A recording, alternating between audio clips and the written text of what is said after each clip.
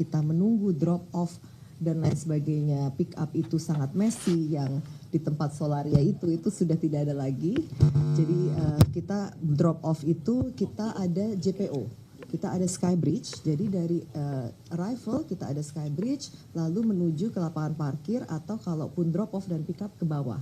Jadi tidak ada lagi yang dulu chaos di tempat Solaria itu ada taksi, bis, orang nyebrang dan segala macam, akan tidak ada lagi orang nyebrang. Jadi menyeberang akan melalui Skybridge JPO, dan ini sudah kita simulasikan operasi, dan kita akan menambahkan personel yang cukup banyak untuk memanage kemacetan ini yang di Igusti Ngurah Rai, memperbaiki berkaca dari tahun lalu supaya kita tahun ini persiapan juga lebih baik lagi. Mungkin itu dari saya, Pak Arya. Terima kasih. Silakan Pak Dirut. Baik, terima kasih. Mungkin untuk presentasinya bisa ditarik.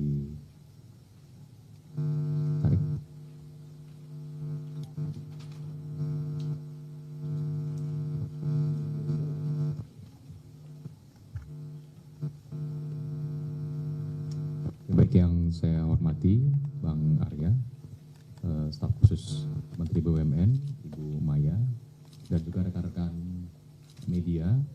Assalamualaikum warahmatullahi wabarakatuh. Salam sejahtera untuk kita semua, Om Swastiastu. Kami akan menyampaikan kesiapan Garuda Indonesia Group selama menyambut periode libur Natal dan Tahun Baru 2024-2025, periodenya 19 Desember sampai tanggal 3 Januari. Oke, untuk penerbangan sendiri, untuk Garuda Indonesia, kami akan menerbangkan di 49 rute domestik dan juga 49 rute domestik dan 19 rute internasional. Sedangkan Citylink kita akan terbang di 73 rute domestik dan juga 5 rute internasional. Kemudian adapun kesiapan operasional Garuda, ada 7 hal yang kami perkuat. Yang pertama tentunya operational control center, tentunya ini kita maksimalkan untuk mengantisipasi irregularity selama operasional di peak season ini. Jadi kalau misalnya ada keterlambatan, ada kendala baik di pesawat, cuaca maupun dengan traffic, tentunya akan menjadi perhatian dan diatur oleh operational control center. Kemudian kesiapan cabin crew dan juga cockpit crew kami pastikan untuk Garuda Indonesia saat ini dan juga Citylink saat ini jumlahnya sangat mencukupi. Kemudian armada kami juga menyiapkan adanya pesawat standby, pesawat yang beroperasi secara reguler. Kemudian yang berikutnya adalah edukasi terhadap penumpang. Ini di channel-channel media kami sudah kita sampaikan flow penumpang untuk melaksanakan penerbangan baik datang sampai pre-flight sampai post-flight. Kemudian kami juga dari manajemen baik Garuda maupun Citylink kita akan mengaktifasi posko selama Nataru ini yang tentunya nanti akan berkoordinasi aktif dengan tim Injourney Airport dan juga dari Kementerian Perhubungan dan juga BUMN. Kemudian yang berikutnya adalah terkait infrastruktur dan layanan darat.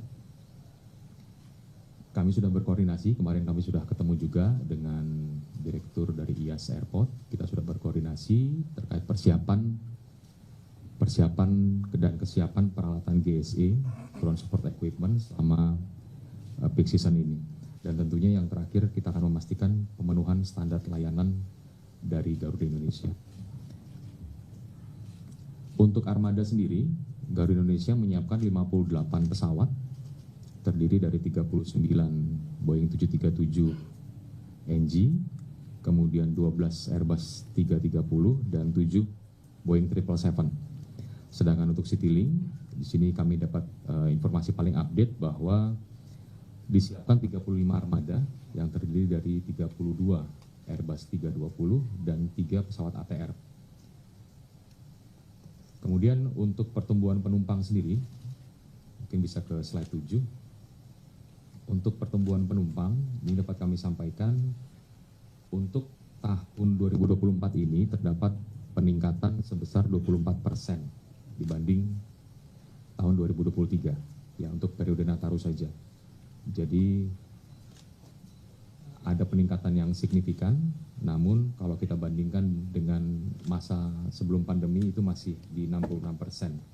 Dan puncak arus libur ini kami perkirakan di tanggal 21 Desember dan tanggal 5 Januari. Dan ini adalah rute-rute domestik yang peak ya, seperti Denpasar, Sorong, Manado, Kuala Namu, Jayapura, Pontianak, Surabaya, Jogja, dan Lombok.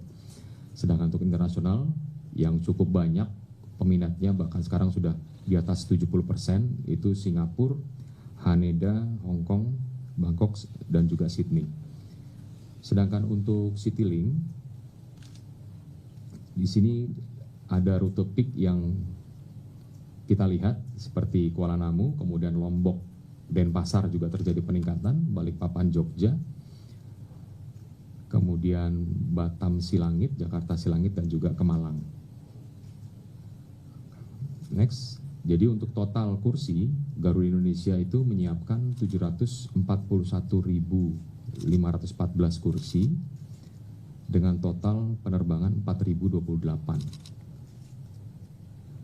Sedangkan Citylink, kami menyiapkan 717.560 kursi dengan total 171 penerbangan. Jadi total kurang lebih 1,4 juta kursi dengan total penerbangan 8.000, hampir 8.200 penerbangan selama masa peak season. Jadi hal ini bisa terjadi peningkatan karena untuk Garuda Indonesia sendiri kita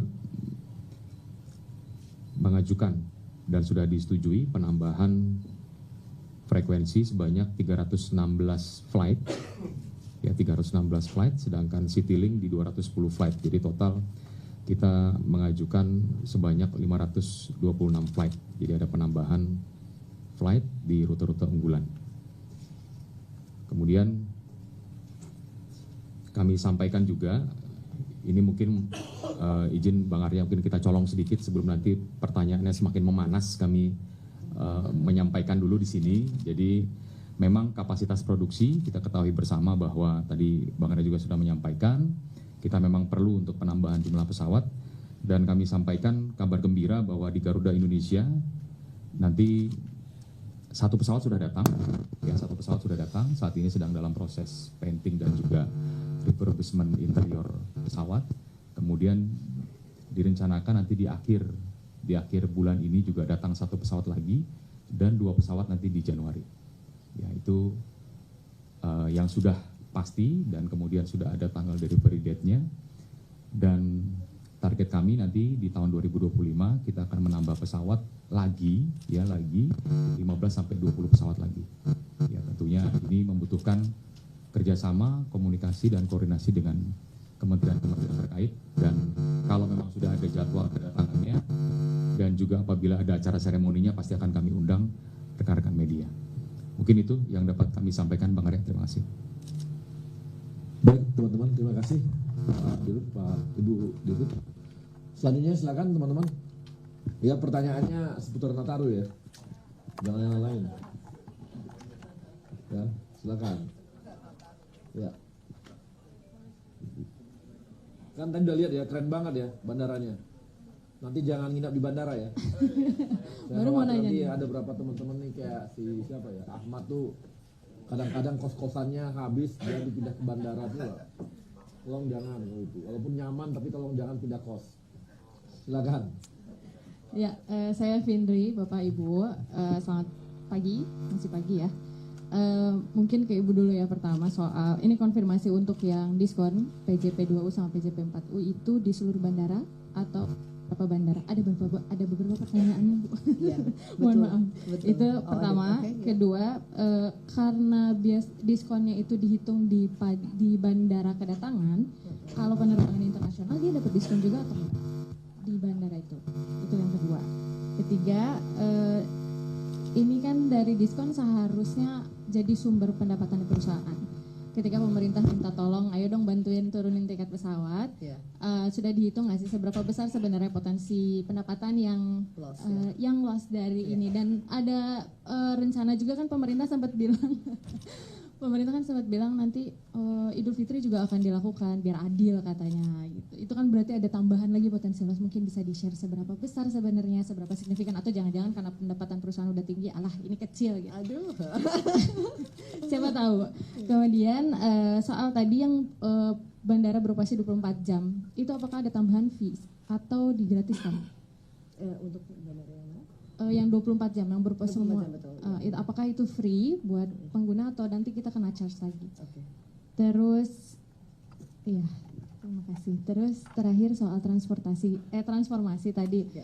Bagus banget rencananya untuk beautifikasi, tapi aku penasaran soal perbaikan layanan khususnya untuk pengambilan bagasi, apakah mungkin ada rencana bisa dikurangi lagi waktunya? Betul. Karena terakhir pengalaman pribadi itu 1 jam lebih habis untuk nunggu bagasi. Ya. Mungkin bisa di-share strateginya akan seperti apa?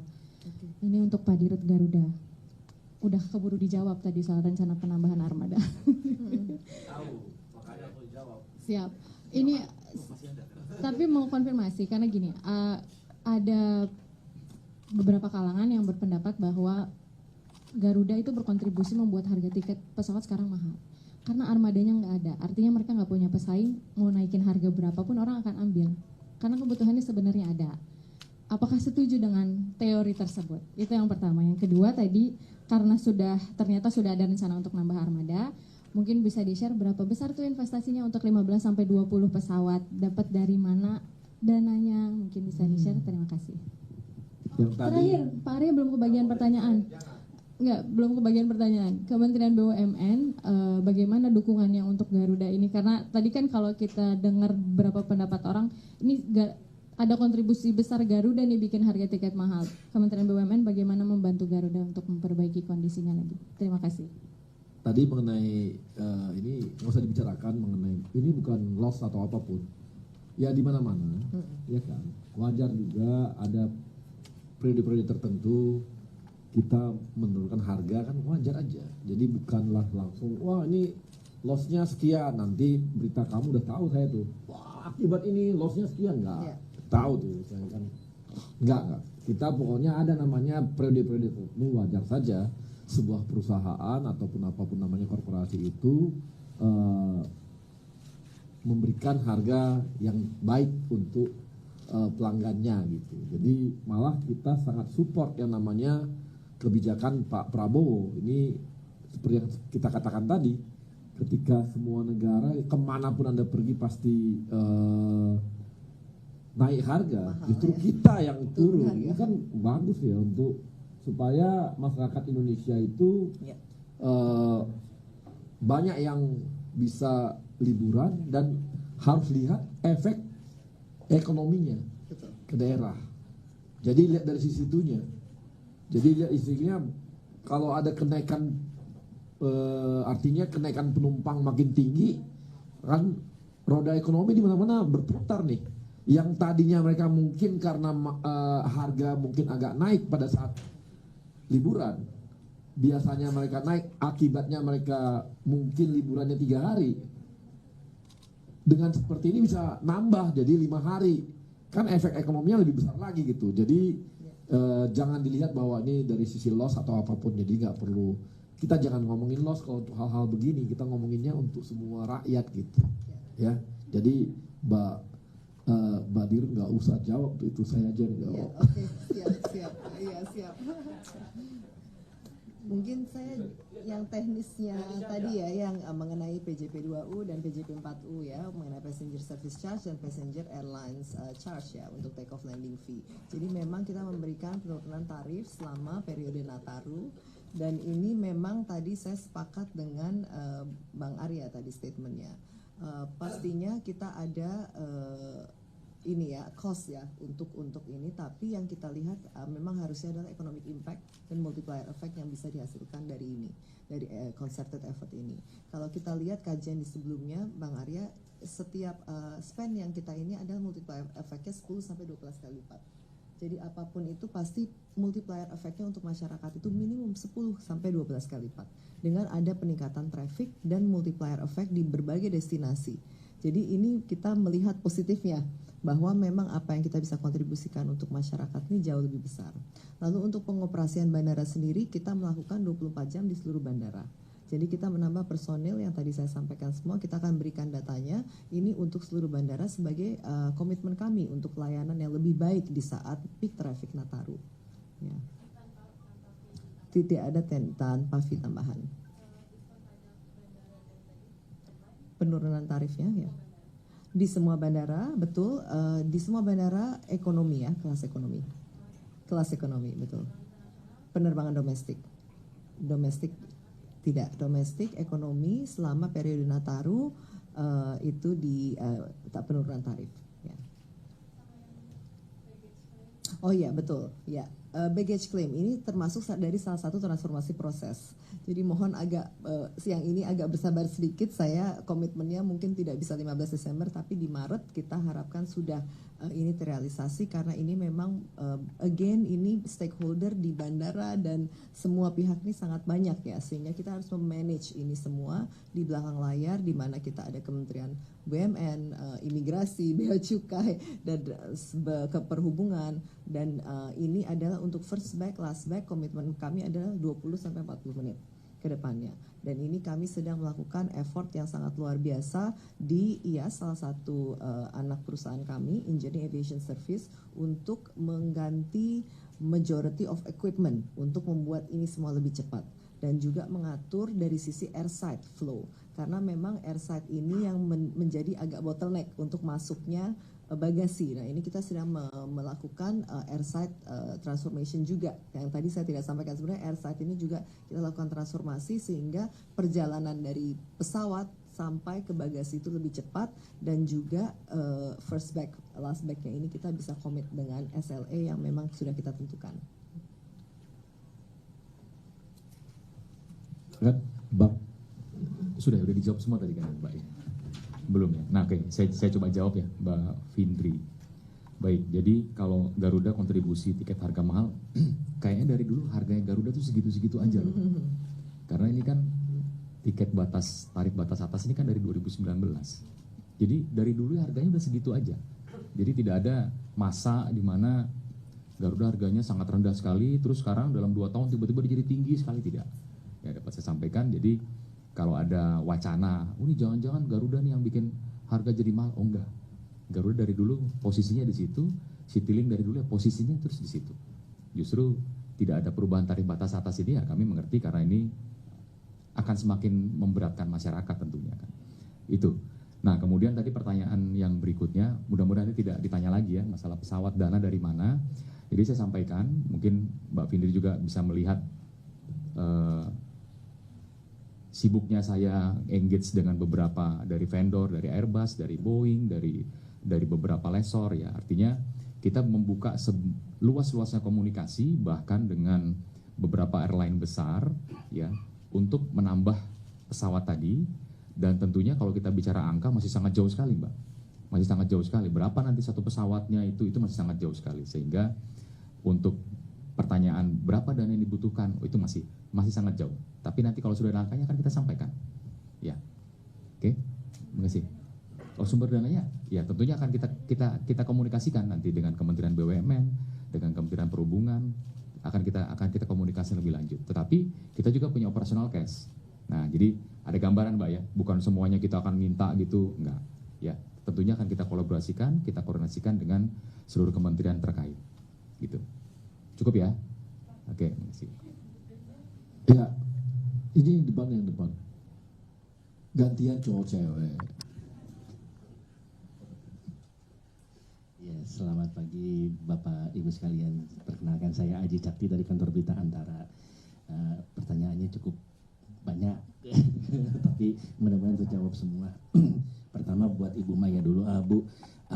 Ini kan terkait dengan libur Natal dan akhir tahun ya Bu ya. Bagaimana InJourney sendiri ibaratnya mempromosikan atau mengencarkan gerakan bangga berwisata Indonesia kepada masyarakat agar mereka bisa liburan lebih baik di tanah air aja daripada keluar negeri. Itu yang pertama, mumpung proyeksinya tadi lagi naik kan. Terus yang kedua, berdasarkan survei Kementerian Perhubungan kan, bandara untuk libur Natal dan Tahun Baru ini jadi simpul transportasi yang terpadat tuh. Prediksinya sekitar 8,2 juta orang akan menggunakan bandara untuk datang ke kemana-mana. Nah, antisipasi dari Injourney sendiri terkait untuk menghadapi kepadatan ini bagaimana strategi-strateginya. Terus yang ketiga, kalau boleh saya mau menanyakan juga mengenai proyeksi okupansi hotel di bawah HIM untuk libur Natal dan Tahun Baru ini seperti apa dan terkonsentrasi di lokasi mana saja, serta nanti strategi pelayanannya itu seperti apa. Terus yang terakhir, untuk destinasi wisata Taman Wisata Candi Borobudur, Prambanan, dan Roro Mendut, kemungkinan proyeksi kunjungannya di libur akhir tahun ini dan Natal tahun ini seperti apa, Bu? Kemudian nanti strategi-strategi pelayanan dan antisipasi kepadatannya seperti apa juga, Ibu. Itu aja, terima kasih. Dan untuk Pak Dirut, yang pertama adalah Pak, boleh tegaskan lagi Garuda dan Citylink akan melayani berapa rute dan berapa rute tadi boleh dikasih lagi melayani berapa rute baik domestik maupun internasional, dan apakah banyaknya rute domestik itu sebagai dukungan Garuda untuk Gernas BBI juga, Gerakan Nasional Bangga Berwisata Indonesia juga. Terus yang kedua Pak, kita tahu kan saat ini kondisi cuaca sedang fluktuatif ya Pak ya, sedang tidak menentu. Antisipasi Garuda sendiri dan Citylink sendiri untuk keselamatan penumpang dan persiapan menghadapi cuaca yang begitu ekstrim seperti apa?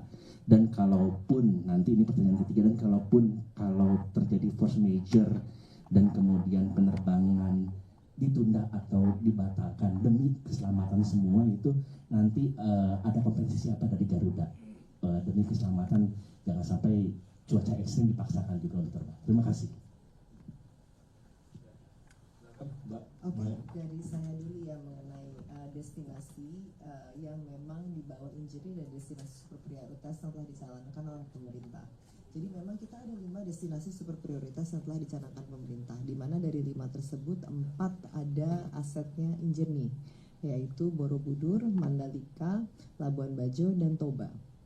Dan itu betul sekali Pak mengenai konsep Bangga Berwisata Indonesia. Memang kita ingin para semua berwisatanya kalau bisa jangan terlalu banyak keluar negeri, kita tetap di domestik ya. Untuk mengencourage tersebut kita ada beberapa parameter. Salah satunya adalah attraction. Attraction ini sangat penting, mungkin nanti kita bisa preskon terpisah kali ya Bang Arya untuk kita memaparkan semua program yang ada untuk selama libur ini. Jadi kita ada berbagai event yang akan kita adakan. Mungkin salah satunya saya sebut beberapa ya. Kita di hotel kami di Meru dan Bali Beach yang sekarang kita buka di Sanur, okupansinya sekarang sudah 98%. Kita sudah 450 kamar, okupansi 98%, dan kita akan ada Anggun Cesasmi konser saat New Year untuk di Bali. Jadi teman-teman welcome kalau ini ada Anggun nanti datang. Lalu di berbagai titik attraction kita juga kita menyiapkan semua konser maupun cultural budaya. Di masing-masing attraction kita ini mempunyai targeting, segmentation, positioning yang harus kita jaga. Seperti misalnya Borobudur. Borobudur ini segmentationnya adalah cultural, heritage, spiritual. Jadi pastinya attraction yang kita buat akan sejalan dengan cultural, spiritual maupun heritage. Tapi nanti di Prambanan kita ada konser musik dengan kemungkinan besar Sheila on Seven, dan ada beberapa lagi yang cukup artis-artis nasional yang terkenal. Di TMI juga kita ada banyak artis-artis nasional yang terkenal. Nanti kita akan share juga, ada Project Pop, ada banyak lah ya artis-artis nasional, dan juga penampilan budaya di berbagai atraksi. Sama juga di Nusa Dua, di Mandalika, di Labuan Bajo kita juga melakukan banyak sekali event dan attraction yang memang notable untuk di visit oleh para pengunjung. Jadi ini yang akan kita lakukan. Itu tadi saya menjawab sedikit mengenai hotel ya. Pastinya hotel kita tidak bisa merata 98% okupansi. Kebetulan memang Meru ini lagi hits banget, lagi tren. Jadi sangat tinggi okupansinya. Tapi memang kita mungkin average itu kita di sekitar 70% okupansi selama hotel-hotel kita, karena kita juga sedang dalam proses mengkonsolidasi hotel. Sehingga nanti kita ada 34 hotel di bawah Injourney, dan ini akan operatorship-nya akan kita atur sehingga okupansinya juga meningkat. Lalu pertanyaan ketiga mengenai Simpul Gate Bandara. Ya, kami sangat aware bahwa memang bandara ini adalah simpul gate dari traffic ya, sehingga tadi persiapan yang kami lakukan ini cukup menyeluruh dari sisi premis maupun people maupun proses. Untuk people saya akan sampaikan sedikit bahwa kita menyiapkan posko untuk di semua bandara kita, 37 bandara yang jernih kita menyiapkan posko yang beroperasi 24 jam dan itu selama periode Nataru. Kita mengetahui puncak-puncak arus, kita sudah memprediksi arus keberangkatan maupun kedatangan di mana itu kita menambahkan personel juga. 16.000 personel kita tambahkan, lalu facility care, trolley, dan juga ini equipment ya. Tadi ada pertanyaan mengenai untuk Pak Wamil dan juga mengenai equipment. Equipment ini kita tambah, saya cek nih sekarang bahwa ground service equipment ini kita tambah hampir sampai 100 unit untuk melayani Nataru, sehingga lebih cepat lagi untuk ground handling, facility support, dan berbagai service untuk aviation. Itu tambah satu. Terima kasih Pak.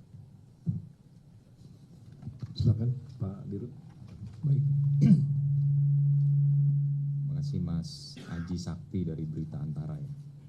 Oke, baik, saya akan menjawab pertanyaannya. Rute tadi sudah kami sampaikan untuk Garuda dan juga Citylink. Kita ada di 49 bandara dan domestik dan 19 internasional untuk Garuda, sedangkan Citylink 73 domestik dan juga 5 internasional. Jadi total ada 122 domestik dan juga 24 internasional. Tentunya kita engage dengan teman-teman yang ada di daerah tentunya, seiring dengan peningkatan angka penumpang secara otomatis kunjungan ke tempat-tempat wisata kita juga akan semakin tinggi. Dan kami sampaikan tadi bahwa engagement tersebut yang tadi saya sampaikan justru di Denpasar dan Sorong ini terjadi peningkatan yang signifikan. Jadi tempat wisata di Denpasar sampai saat ini masih menjadi favorit dan juga di Sorong juga semakin bertambah angkanya. Oke. Kemudian yang kedua terkait dengan cuaca, antisipasi selama peak season. Betul kemarin di RDP dengan Komisi 5 juga disampaikan bahwa memang ada cuaca dingin, terutama cuaca dingin yang datang dari Siberia yang tentunya akan membuat kondisi cuaca di selama peak season ini mungkin agak sedikit ada perubahan. Itu informasi dari BMKG dan saya adalah pilot Mas ya. Jadi namanya penerbangan tuh mau di kondisi apa saja kita punya standar-standar sendiri gitu. Jadi mau di periode apa saja kita sudah punya limitasi-limitasi gitu. Jadi tidak ada namanya pilot akan terbang itu dengan kondisi bahwa dia dipaksa untuk terbang, itu enggak ada. Ya, artinya kalau memang masuk limitasi dia akan berangkat, kalau tidak masuk limitasi dia tidak akan berangkat. Itu sudah harga matinya kira-kira seperti itu Mas. Artinya jadi jangan khawatir, kita tentunya akan sangat respect dengan kondisi cuaca. Jadi terkait dengan faktor keselamatan dan juga pelayanan, kaitannya dengan delay management dan juga force major, tentunya kami akan sangat mengikuti. Ini langsung pertanyaan ketiga ya Mas ya, takutnya nanti nggak disampaikan dibilang lupa nih. Jadi force major kita akan mengikuti peraturan Menteri Perhubungan ya nomor 89 tahun 2015. Itu kan jelas bahwa terkait kondisi-kondisi apa yang harus dihandle dan harus dilayani oleh maskapai di 30 menit, ke 1 jam, ke 2 jam, ke 3 jam, ke 4 jam, bahkan di atas 4 jam. Jadi selama itu memang tertulis dan sesuai dengan peraturan Menteri Perhubungan, tentu kita akan patuh untuk mengikuti hal tersebut. Bahkan yang saya tahu sih sampai sekarang Garuda itu tidak pernah tuh yang namanya menyia-nyiakan customer yang saya tahu ya sampai sekarang. Justru kami berusaha untuk memberikan layanan bahkan terkadang lebih daripada yang dipersyaratkan oleh pemerintah. Mungkin itu Mas Aji Sakti, terima kasih. Oke, baik. Selamat siang Bang. Bang Arya kan kemarin Pak Erik bilang kalau misalkan untuk kedepannya itu penurunan harga tiket setelah Nataru ini dibutuhkan kerjasama sama swasta. Nah dari pemerintah tuh atau dari BUMN inisiasinya apa sih yang bisa diberikan buat swasta tuh bisa ikut juga gitu? Mungkin dari Pak Wamilden juga bisa ngasih Pak pengalamannya sebelumnya di swasta. Kira-kira kalau misalnya kondisinya dari Garuda udah nurunin, itu masih berlaku nggak sih Pak ke bakal apa sih berpengaruh ke teman-teman maskapai yang lainnya gitu. Terus yang kedua soal penambahan armada, kira-kira Kementerian BUMN mau memberikan PMN nggak Bang buat Garuda? Sama kemarin yang soal Boeing ngajak kerjasama dengan Garuda untuk pengadaan itu gimana, udah ada pembahasan atau belum? Terima kasih. Baik, untuk swasta kan kita kan Kementerian BUMN ini seperti korporasi saja, jadi bukan sebagai regulator, maka kita hanya mendorong gitu. Kan kita bukan regulator ya, sebagai Kementerian BUMN gitu. Jadi lebih kepada dorongan aja, sama-sama gitu loh.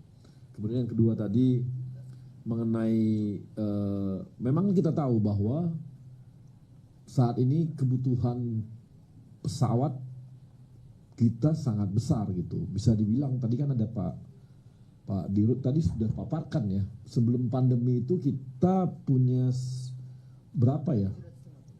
150 sebelum pandemi. 150.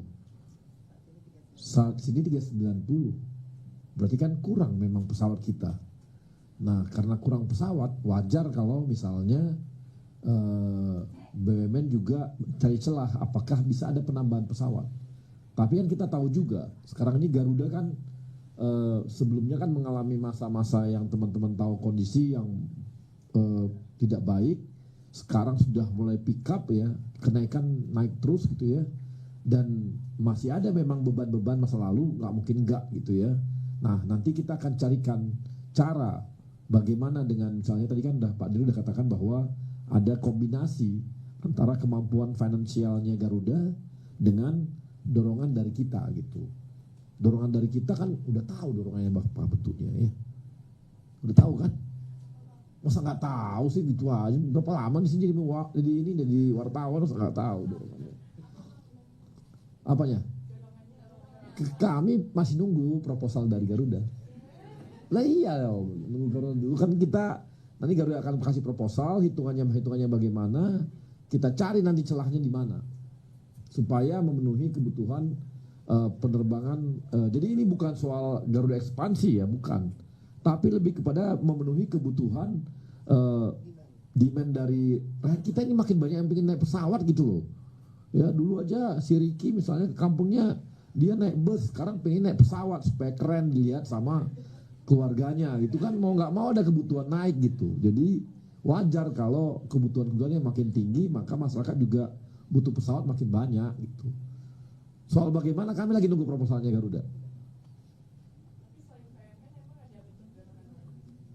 Loh kan kita belum tahu. Tunggu aja. Bukan, nanti kita lihat bagaimana. Ya, yang pasti kita support Garuda dengan Citylink supaya bisa menambah jumlah pesawat ya. Tapi sekarang jumlah pesawat di dunia juga susah kan? Susah loh. Jadi kita mau nyari pesawat juga nggak ada juga barangnya kan, susah juga gitu. Jadi memang kita tahu hanya ada dua yang ini ya, produsen pesawat yang sekarang ini ada di mana-mana. Jadi wajar kalau memang kebutuhannya tinggi ya kita harus ngejar gitu. Soal bagaimana nanti kita lihat. Kita tunggu proposalnya Garuda. Apa?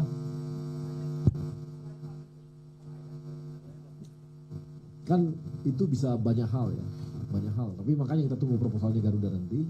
Setelah itu kita lihat tahun depan bagaimana. Oke? Ya.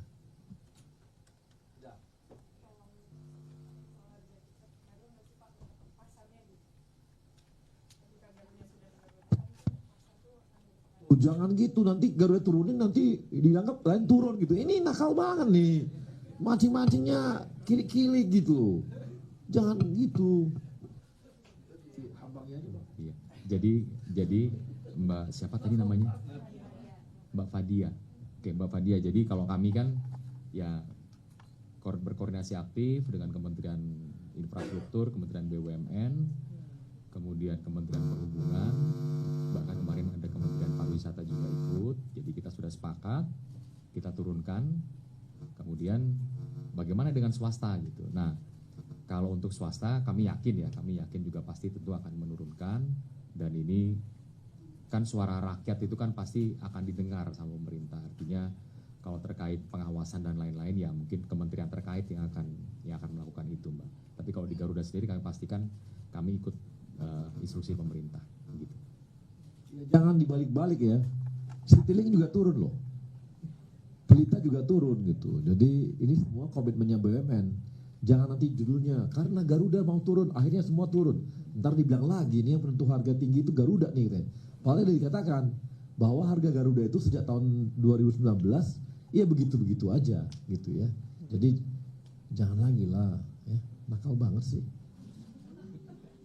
Bang Arya, kalau saya boleh nambahin sedikit aja, karena kan dari bandara ini kita memiliki data sebenarnya secara komprehensif ya. Iya, iya. Tidak hanya Garuda, tidak hanya Semua lah Citylink, ya. kita punya semua dan Iya. termasuk internasional. Jadi memang yang tadi Bang Arya sampaikan, memang ini adalah sebenarnya teori of economy kan, isu supply versus demand. Di mana memang sebelumnya itu 750 fleet, kita sekarang di 390 fleet. Bagaimana kita bisa memfulfill demand kalau memang supply-nya tidak ada. Dan dari flight utilization pun kita ini saat ini running at 70%. Jadi ini yang harus sebenarnya kita solve bersama as a concerted effort. Tadi Pak Wamildan menyampaikan memang ini banyak sekali kementerian lembaga yang harus kita duduk bareng untuk apa concerted effortnya, tidak hanya dari Garuda, bandara dan ini berbagai effort ya, sehingga kita lihat memang problemnya sebenarnya apa, tidak hanya memperbaiki symptoms but the actual problem. Itu mungkin kedepannya pastinya dari Pak Menteri dan dari KBMN kita juga bersama dengan stakeholder yang lain untuk long term solutionnya seperti apa. Ya kan sebagai diskusi ini diskusi aja ya. 2019 kan Garuda berapa flight kita ya? 2 kali lipat. 2 kali lipat ya. 500 flight. Harganya segitu, harga tiket. Sekarang setengah, harganya segitu juga. Demand dan ini ya, harusnya dia naik gitu. Ini enggak gitu, segitu juga gitu. Udah jangan dulu, yang lain gantian kamu dulu ah. Ayo Mbak, silakan Mbak. Mbak siapa namanya tadi? Ya. Ya. Perkenalkan, saya Salma dari CNBC TV Indonesia. Izin menanyakan akan koordinasi dan kerjasama antara pemerintah dan juga pihak maskapai. Bagaimana koordinasi Garuda Indonesia, terutama dengan Kementerian BUMN atau pihak terkait untuk memastikan harga tiket tetap kompetitif tanpa mengorbankan kualitas layanan? Dan selain dari itu, Pak Arya, apakah ada subsidi atau insentif dari pemerintah yang diterapkan untuk mendukung penurunan tiket untuk libur Nataru ini? Terima kasih. Baik, terima kasih Mbak Salma dari CNBC. Jadi memang inisiasi awal ini memang kan kita dikumpulkan oleh Kementerian Koordinator Bidang Infrastruktur dan Pembangunan Kewilayahan, dan secara otomatis di situ kita berkumpul dengan Kementerian BUMN, Kementerian Perhubungan, dan juga Kementerian Pariwisata. Jadi beberapa kali meeting, baik itu dengan Kementerian BUMN dan juga Kementerian Perhubungan, jadi ada beberapa series meeting, kemudian disepakati. Jadi memang kami dari Garuda waktu itu kami sangat siap penurunan fuel surcharge, kemudian dari e-journey juga kesiapannya sudah menyampaikan kesiapan, dan memang yang berikutnya adalah Pertamina. Jadi kurang lebih tanggal 29 November ya, 29 November disampaikan penurunan harga tiket kita di 10%. Jadi next step-nya apa? Next step-nya berarti kan pengawasan terhadap OTA, online travel agent ya, karena kami sampaikan untuk di channel-channel milik Garuda dan Citylink kita sudah menyesuaikan langsung, dan memang waktu itu ada penekanan kepada seluruh online travel agent untuk segera menyesuaikan. Mungkin begitu Mbak Salma. Terima kasih. Gini, yang pasti kalau kita itu masing-masing kementerian silakan gitu ya, tapi yang pasti Kementerian BUMN meminta BUMN-nya setelah dari perintah Pak Prabowo jelas clear ya, meminta supaya ada penurunan harga tiket pada saat Nataru, maka Kementerian BUMN langsung berinisiatif terhadap seluruh BUMN-nya gitu. Itu bagian BUMN. Sementara untuk kementerian lain kan kita nggak bisa jawab, itu urusan masing-masing gitu. Tapi yang pasti tadi Pertamina bikin satu harga aftur di 19 bandara yang terpadat di selama Nataru, kemudian dari Angkasa Pura menurunkan biaya-biaya tadi, kemudian Garuda, Citylink dan Pelita menurunkan biaya tadi. Nah, karena itu lingkup kami, maka ini yang kontribusinya BUMN terhadap perintah Pak Prabowo untuk membuat masyarakat bisa ringan dalam melaksanakan ibadah Natarunya maupun berwisatanya gitu, liburannya gitu. Mudah-mudahan efek ekonominya akan sangat besar gitu. Apa? Subsidi dari mana? Saya nggak bisa ngomong kalau dari sana, karena kan saya lalu ngomong dari Kementerian BUMN-nya gitu. Nanti Mbak silakan, Mbak siapa namanya?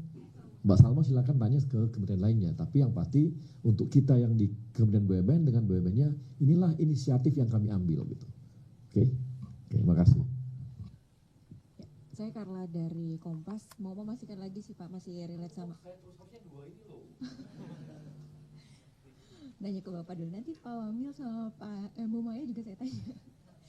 Pak Ari, kalau untuk, benar itu memastikan juga untuk tarif penurunan 10% ini berlaku untuk Garuda, terus Citylink dan Pelita ya Pak ya? Gini, saya nggak bisa gini, silakan ke ini, ke pada, jangan nanti saya nggak mau disalah ya, saya nggak mau salah, tapi kan kami hanya di sininya dengan sendirinya kan tadi dikatakan Angkasa Pura kan itu berlaku untuk semua airline dong, bukan hanya Garuda Pelita loh. Kemudian Pertamina afturnya kan tidak beda-beda, dia tanya lewat pesawat lu Garuda ya dikasih, yang ini oh enggak gitu, sama semua pesawat apapun mereknya tanpa melihat mereknya dikasih harga yang sama. Jadi hal itu yang dilakukan oleh BUMN gitu. Itulah kontribusi kita. Jadi kan ini efek berikutnya adalah ke airline-nya gitu ya. Gitu loh. Jadi jangan diputar-putar nanti saya salah nanti. Jangan salah loh. Jadi itu ya silakan tanya gitu ya. Jangan bikin statement ini hanya berlaku, jangan. Ini inisiatif kami seperti ini dari BUMN. Kemudian yang lain pasti ngikut lah. Ya kan? Kalau untuk penentuan turunnya 10% itu berdasarkan apa Pak? Apanya? Untuk penurunan tarif 10% itu penentuannya berdasarkan apa pertimbangan? Tiga faktor ya? Jadi ada 3 faktor untuk 10% itu. Satu adalah dari bandara sendiri, ini penurunan passenger service charge untuk seluruh penumpang di seluruh bandara. Memang domestik dan ekonomi. Itu yang pertama. Yang kedua adalah PJP 4U, yaitu adalah penurunan tarif untuk airlines. Take off landing, parking, dan lain sebagainya, penurunan tax untuk airlines. Jadi kita memberikan 2 insentif, satu untuk passenger, satu untuk airlines. Dari airlines pastinya nanti Pak Wamildan bisa menjelaskan. Lalu yang ketiga adalah Pertamina untuk fuel. Jadi ada 3 faktor yang kalau diakumulasikan kontribusinya adalah 10% penurunan tiket. Baik. Bu Maya tadi juga menyebutkan ada 37 bandara yang akan standby untuk 24 jam ya Pak? Betul. Nah itu bisa disebutkan mungkin perkiraan 37 bandaranya itu apa saja? Dan tadi disebutkan juga akan sudah ada renovasi yang dilakukan, itu berarti di Bandara Ngurah Rai dan juga Cengkareng ya Bu ya? Betul, ya. Jadi yang renovasi yang kita lakukan karena 88% traffic dari penumpang, kita ada 157 penumpang every year. Nah, 88% itu di Bandara Soekarno-Hatta dan Ngurah Rai. Karena itu fokus kita transformasi ada di 2 bandara tersebut. 37 bandara seluruh Indonesia, itu seluruh bandara kita akan memberikan 24 jam dan posko khusus untuk Nataru. Tapi memang kita ada 7 bandara utama pastinya yang kita mengetahui bahwa trafiknya itu tertinggi di Indonesia. Ya. Satu lagi pertanyaan untuk Pak Wamildan, mau memastikan lagi sih tadi kan akan ada penambahan jumlah maskapai ya, terutama untuk Nataru ini. Boleh disebutkan lagi Pak jumlah maskapainya yang akan ditambahkan untuk Garuda dan juga Citylink tadi berapa ya? Oke, baik Pak. Mbak Carla dari Kompas ya. Jadi untuk jumlah pesawat yang kami sampaikan, nanti kami untuk Nataru ini kita bisa menambah 2 pesawat, jadi 1 sudah datang, Boeing 737NG, nanti akhir bulan ada 1, dan 2 pesawat nanti di Januari. Jadi mudah-mudahan keempat-empatnya nanti bisa membantu menambah kapasitas produksi kita selama peak season Nataru ini. Itu Mbak ya. Nanti ini belum ada tambahan yang 2025 lagi ya. Jadi sementara ini baru 4 Boeing 737NG. Baru di Garuda, untuk Citylink belum. Oke. Terima kasih Pak.